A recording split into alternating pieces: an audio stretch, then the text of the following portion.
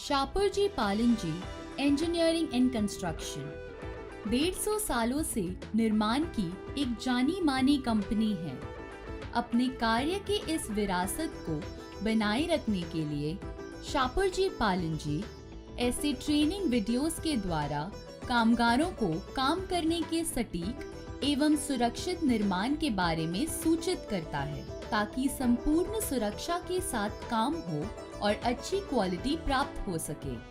आइए देखते हैं एडहेसिव या गोंद से वॉल टाइलिंग करने का वीडियो और सीखते हैं वॉल टाइलिंग करने का उचित कौशल।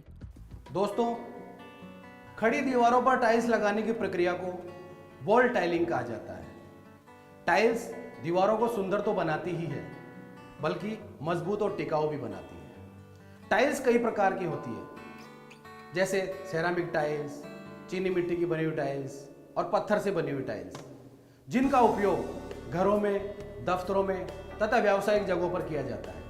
तो चलिए दोस्तों, आज हम सीखते हैं कि एडहेसिव का उपयोग करके दीवारों पर टाइल्स लगाने की सही प्रक्रियाएं क्या होती हैं, और इसके साथ ही साथ आपको ये भी बताया जाएगा कि इस कार्य के दौरान आपको ऐसी कौन सी गलतियां नहीं दोहरानी चाहिए जिससे कि इसकी गुणवत्ता पर कोई बुरा या खराब असर पड़े। दोस्तों, आप सभी का आत्मविश्वास कितना ही प्रबल क्यों ना हो, या आपके काम करने का तजुर्बा कितना ही पुराना क्यों ना हो, कंस्ट्रक्शन साइट पर होने वाले हादसों में यह जरूरी नहीं है कि गलती आप ही की हो। इसलिए साइट पर अपना पीपीई जरूर पहनें हमेशा। क्वालिटी टॉक के माध्यम से कामगारों को निर्माण के अलग अलग कार्य को उचित गुणवत्ता के साथ करने की प्रक्रियाओं के बारे में सूचित किया जाता है। इसमें ये भी बताया जाता है कि कोई भी विशेष कार्य करने के दौरान कामगारों को किस विषयों पर ध्यान देना चाहिए ताकि कार्य में गलतियां कम हों। तो चलिए पहले देखते हैं कि टाइलिंग से जुड़ी मूल सामग्री जैसे कि टाइल्स और एडहेसिव यानी गोंद को कैसे रखा जाता है और उनका स्थानांतर कैसे किया जाता है। टाइल्स को हमेशा जमीन से ऊंची मचान बनाकर रखें। टाइल्स रखते समय उसे अलग अलग स्तरों पर रखें, उसे इकट्ठा ढेर न लगाएं। टाइल्स को सावधानी से लोडिंग, अनलोडिंग या अन्य स्थान पर ले जाएं। अलग अलग प्रकार के टाइल्स को अलग से रखें। टाइल को कभी भी जमीन पर खुले या आरक्षित जगह पर ना रखें। टाइल एडहेसिव अलग अलग वजन के बैग में मिलते हैं। इस वीडियो में हमने 40 केजी के बैग का उपयोग किया है। क्योंकि टाइल एडहेसिव में कुछ हिस्से तक सीमेंट रहता है, इसलिए बैग को हमेशा एक ऊंचे प्लेटफॉर्म के ऊपर और दीवार से दूर रखें।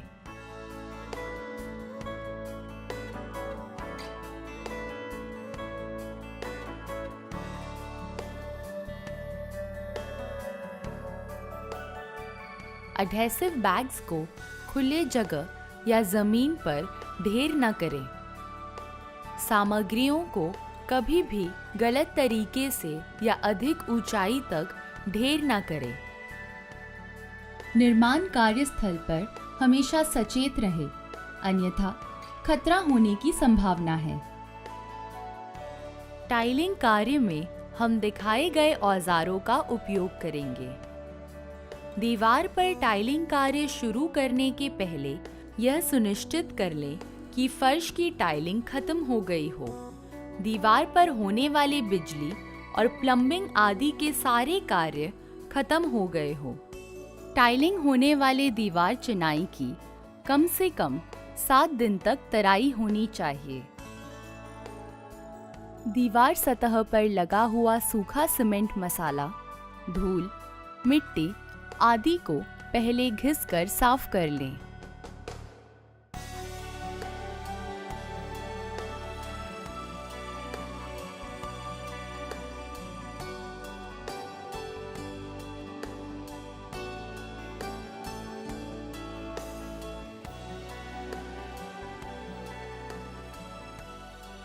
दीवार में ब्लॉक या ईंट की चिनाई हो तो उसे कम से कम 10 मिलीमीटर गहराई की रेकिंग होनी चाहिए।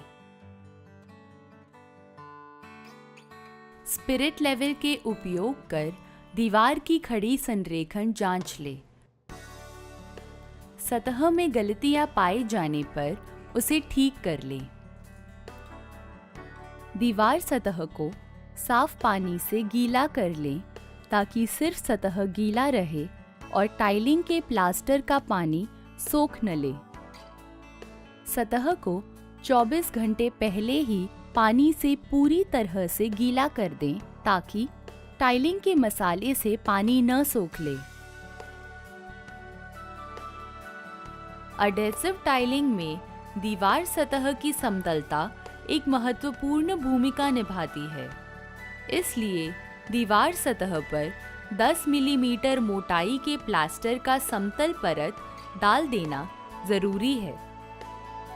इस वीडियो में हम 1 और 4 के मात्रा में सीमेंट बालू के मसाले से 10 मिलीमीटर मोटाई का प्लास्टर करेंगे, जिस पर 300 बाई 600 मिलीमीटर साइज की सिरेमिक टाइल्स लगाई जाएगी। पहले दीवार सतह पर 10 मिलीमीटर मोटाई की प्लास्टर के अनुसार लेवल पैड्स लगा लें, जो टाइल्स की सही संरेखण बनाए रखने में मदद करेंगे। प्लास्टर कार्य शुरू करने से पहले दीवार सतह को साफ पानी से गीला कर लें। अब 1-1 के मात्रा में सीमेंट और बालू का गाढ़ा गोला दीवार सतह पर छिड़का दें और प्लास्टर शुरू करें।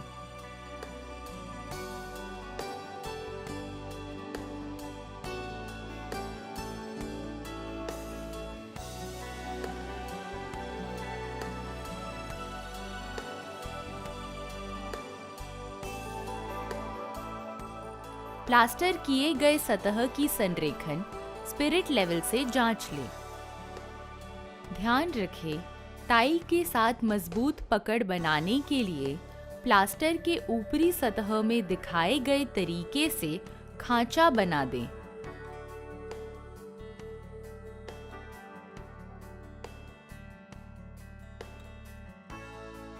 प्लास्टर किए हुए सतह को कम से कम 7 दिन तक साफ पानी से तराई करें। अब किए गए प्लास्टर सतह पर हम टाइलिंग कर सकते हैं।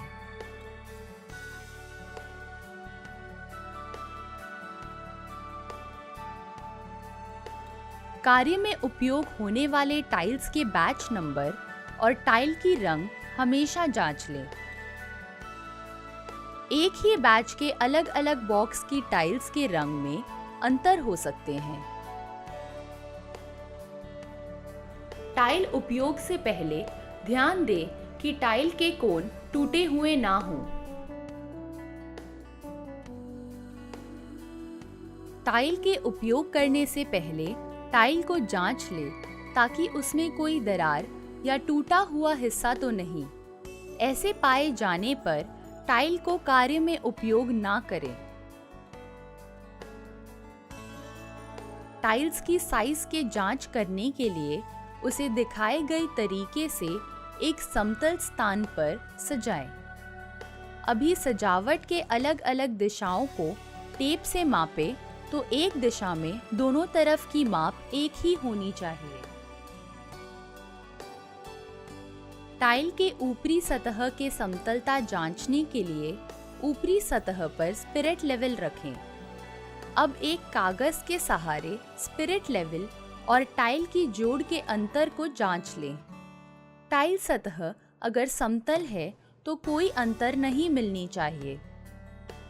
कार्यस्थल में उपलब्ध नक्शे के अनुसार कट टाइल्स के साइज और लगाने के जगह निर्धारित होते हैं। टाइल काटने से पहले जरूरी माप के अनुसार उनमें मार्किंग कर लें।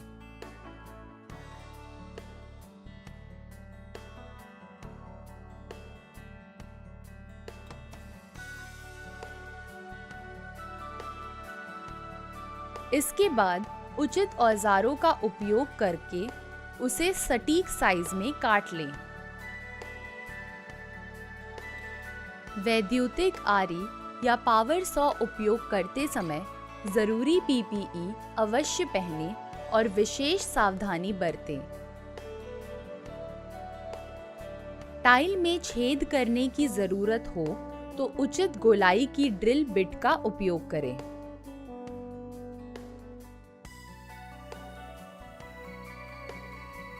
सुरक्षा उपकरणों को बिना पहने कटिंग के औजारों को ना चलाएं।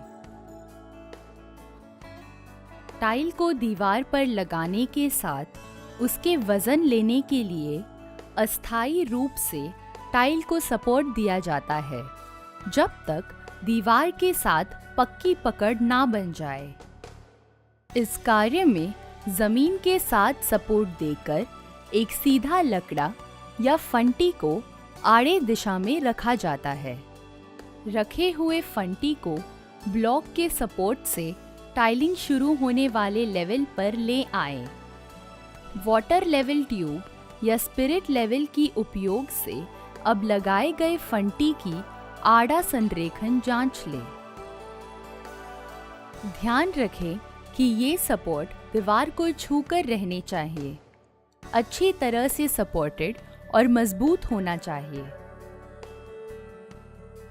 एडहेसिव या गोंद बनाने के लिए दिखाए गए यांत्रिक मिक्सर का उपयोग करें। एडहेसिव निर्माता के निर्देश अनुसार साफ पानी को पहले माप लें और एक साफ आधार में डालें।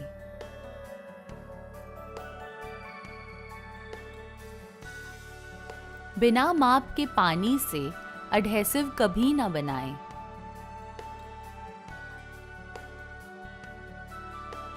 अब एडहेसिव को दिखाए गए तरीके से आधार में डालें और मिक्सर चालू करें। दिखाए गए तरीके से पानी और एडहेसिव पाउडर को मिलाते रहें। ध्यान रखें, उपयोग होने वाले एडहेसिव में लंप या ढेला नहीं होना चाहिए, जो खराब एडहेसिव पाउडर की निशानी है।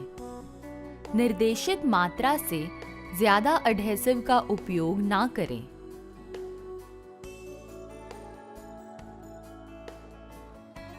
एडहेसिव को तब तक मिलाते रहें जब तक एक समान और सही कंसिस्टेंसी का पेस्ट ना बन जाए। मिलाने के दौरान ध्यान रखें, सूखा एडहेसिव पाउडर मिश्रण में नहीं छूटना चाहिए।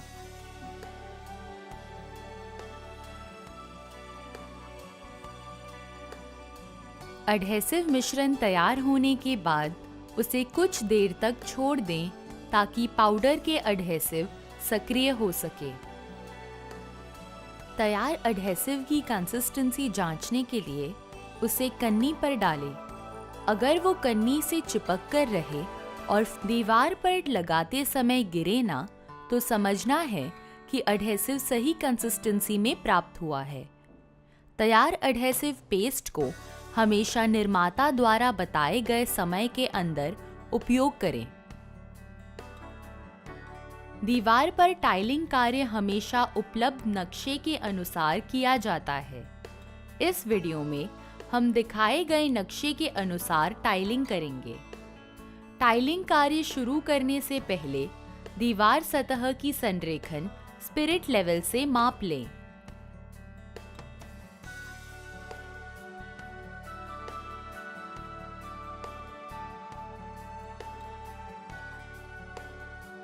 ब्रश से घिसकर धूल, मिट्टी आदि को दीवार सतह से निकाल दें।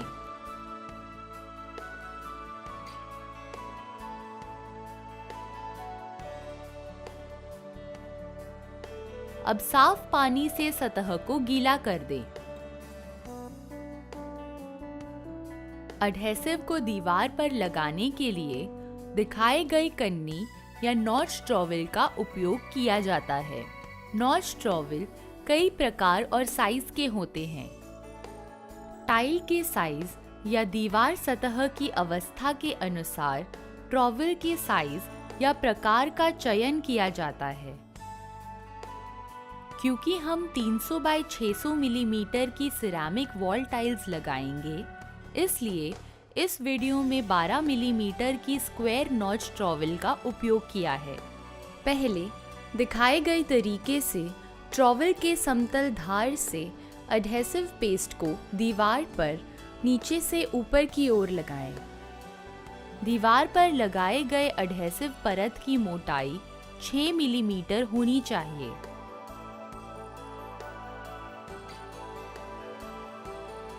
अब ट्रॉवेल को दीवार के साथ 45 डिग्री कोण में पकड़ें और नॉच बनाए हुए धार से लगाए हुए एडहेसिव पर लंबी दिशा में 12 मिलीमीटर मोटाई की रिज या चोटी बनाते रहें।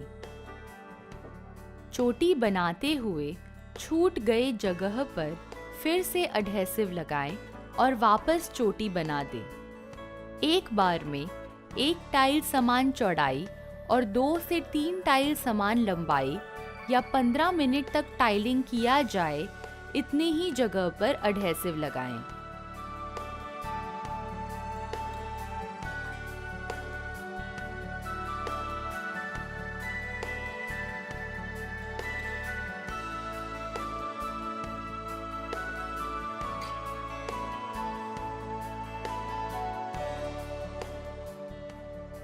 ध्यान दें, 300 मिलीमीटर से बड़ा टाइल्स हो तो टाइल्स के पीछे एडहेसिव का परत लगा लेना जरूरी है।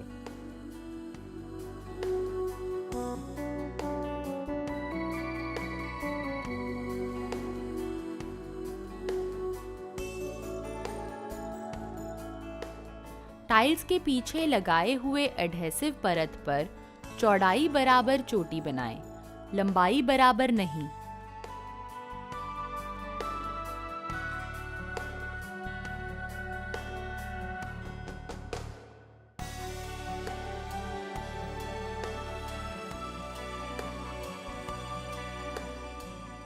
टाइल के पहले लाइन को फंटी के सपोर्ट लेकर दीवार में लगाया जाता है। पहली टाइल को दीवार में दिखाए गए तरीके से लगाएं और रबर की हथौड़ी से धीरे धीरे ठोक कर टाइल्स को पक्की तरह से बिठा दें।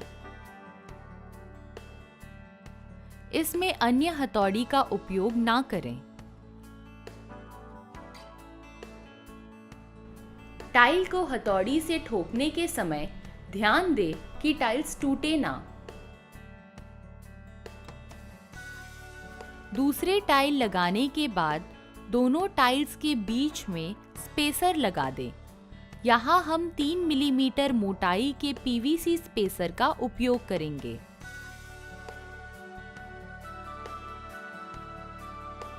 टाइल्स पर लगे हुए एडहेसिव को गीले स्पॉन्ज से साफ कर लें।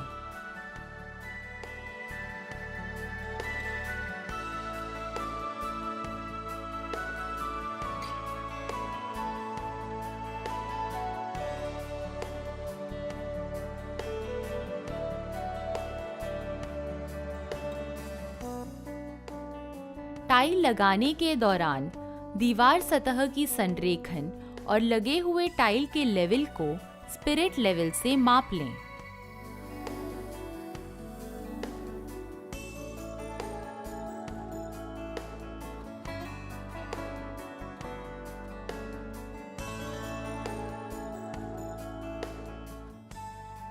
बताए गए तरीके से टाइलिंग कार्य करते रहें।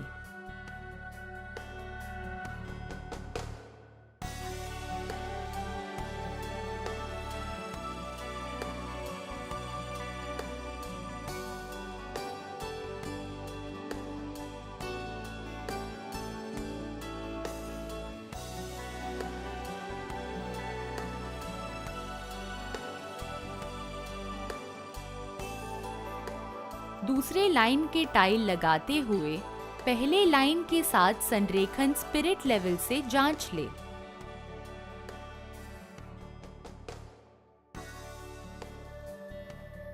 टाइल जॉइंट के एडहेसिव को कार्य के दौरान गीले अवस्था में ही साफ कर लें।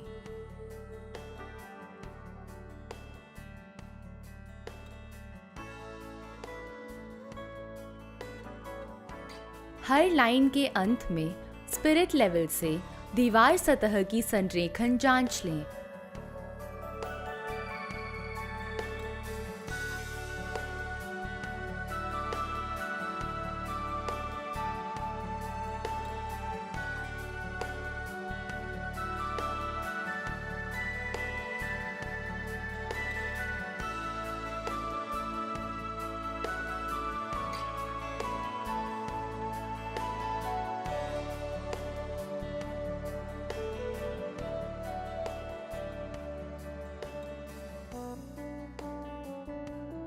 मसाला सूखने से टाइल्स में अटके स्पेसर को निकालना मुश्किल होता है, इसलिए कार्य के साथ साथ स्पेसर को दिखाए गए तरीके से टाइल के सतह में आड़ा दिशा में डालें और टाइल के जॉइंट में अटके हुए स्पेसर को निकाल दें।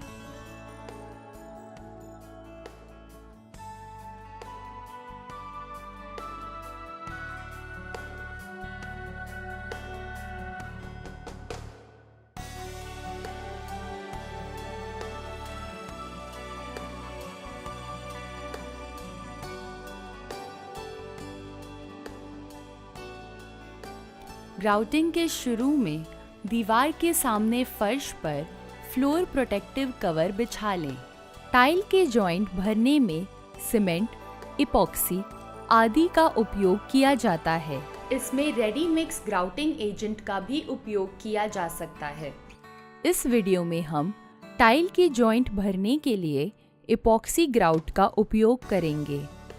ग्राउटिंग या टाइल्स के जॉइंट भरने से पहले दिखाए गए तरीके से टाइल जॉइंट को साफ करें। इससे जॉइंट को ग्राउट से भरने के लिए ज़रूरी गहराई मिलेगी। जॉइंट को सिर्फ टाइल की मोटाई के समान गहराई तक ही साफ करें। सफाई होने के बाद जॉइंट से निकले हुए पदार्थों को अच्छी तरह से साफ कर लें ताकि वो वापस जॉइंट पर ना गिरें। ग्राउटिंग के समय कार्यस्थल में धूप नहीं आना चाहिए। पहले दिखाए गए तरीके से निर्दिष्ट वॉल्यूम या आयतन में ग्राउट तैयारी के अलग अलग भाग को मिलाएं। ग्राउट तैयार होने के बाद जल्द ही उसे टाइल के जॉइंट भरने में लगाएं। तैयार ग्राउट को जॉइंट पर दिखाए गए तरीके से भरें। इस दौरान ध्यान दें कि जॉइंट मसाले से पूरी तरह भरा हो। अतिरिक्त ग्राउट मसाले को जितना हो सके फ्लोट से ही हटा लें। टाइल सतह पर मसाला लगा नहीं रहना चाहिए।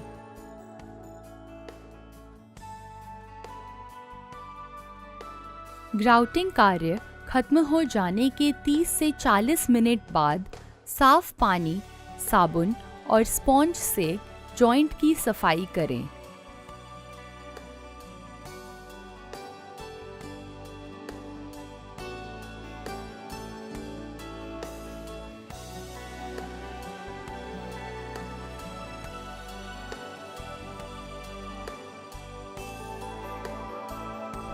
बाथरूम आदि में टाइलिंग किए हुए दीवार के कोन पर दिखाए गए तरीके से सिलिकॉन सीलेंट डाल देना चाहिए। कोन में लगे कट टाइल्स की कटे हुए धार सीलेंट के नीचे रहने चाहिए।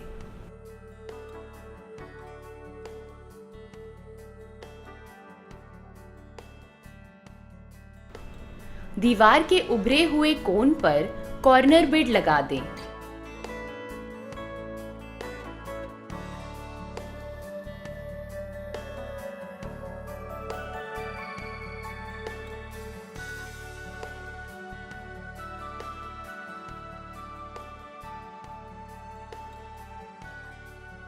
दोस्तों, कार्यस्थल पर जमा हुए कचरे को सही तरीके से साफ करके उसे निर्धारित स्थान पर फेंकने की जिम्मेदारी आपकी है।